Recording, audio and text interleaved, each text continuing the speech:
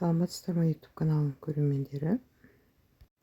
Бүгін сіздермен тефтилия гарнирін күріш пен вермишельден істейміз.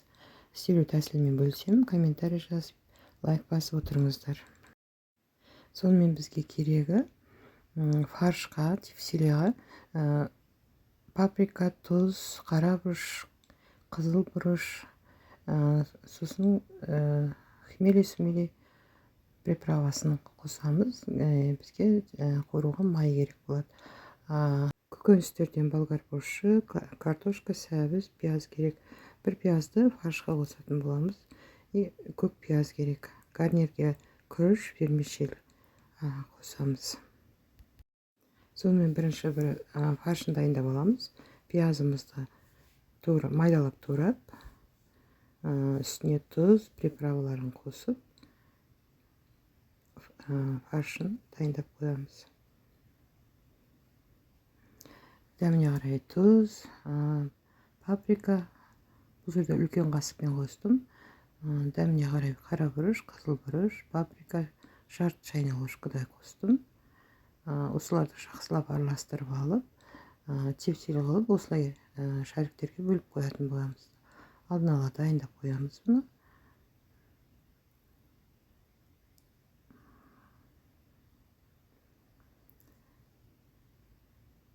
Біз бірінші гарнирін дайындаймыз. Кішкене сумайға вермишельді қуырамыз, үстіне күрішін саламыз. Сөйтіп бұны да бір-екі майға аударып аламыз да, үстіне суын құйып, тұзын салып, бір ыдыста дайындай беретін боламыз.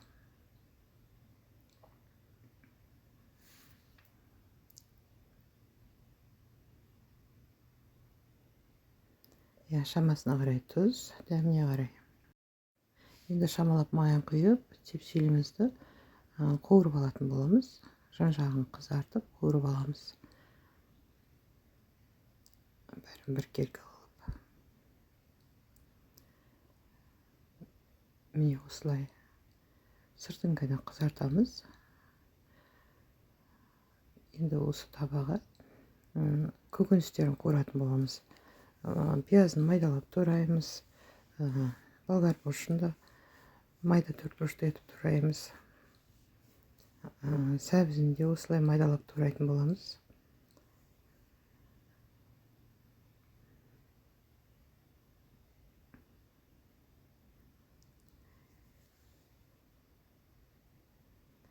Картошкасында шамалы ірілеу қылып турадым.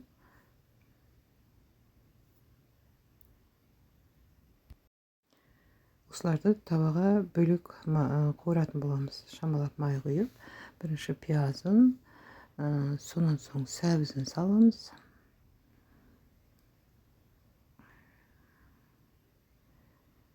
Жақсылап майға қуырамыз. Үстіне болгар бұрышын саламыз. Қақпағын жауып, 5-10 минутқа бұқтырып қоямыз.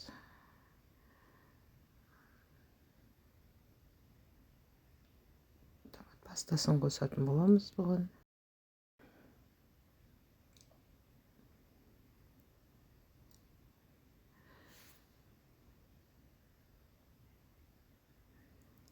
Мен енді осының үстіне картошканы салып, араластырып,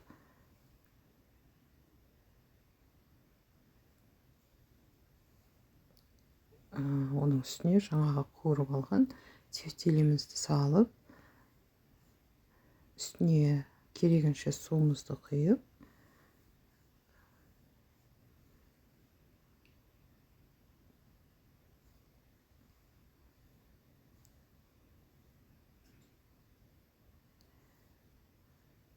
дәміне қарай тұзын саламыз, бетін жауып, 20 минутқа бұқтырып қоятын боламыз. Міне біздің тефтиль дайын болды. Көкөністерменен тефтиліміз, гарниріміз де дайын болған. Сервировкасын жасайтын боламыз. Әсем көріну үшін осылай сервировкасын жасап, ортасына.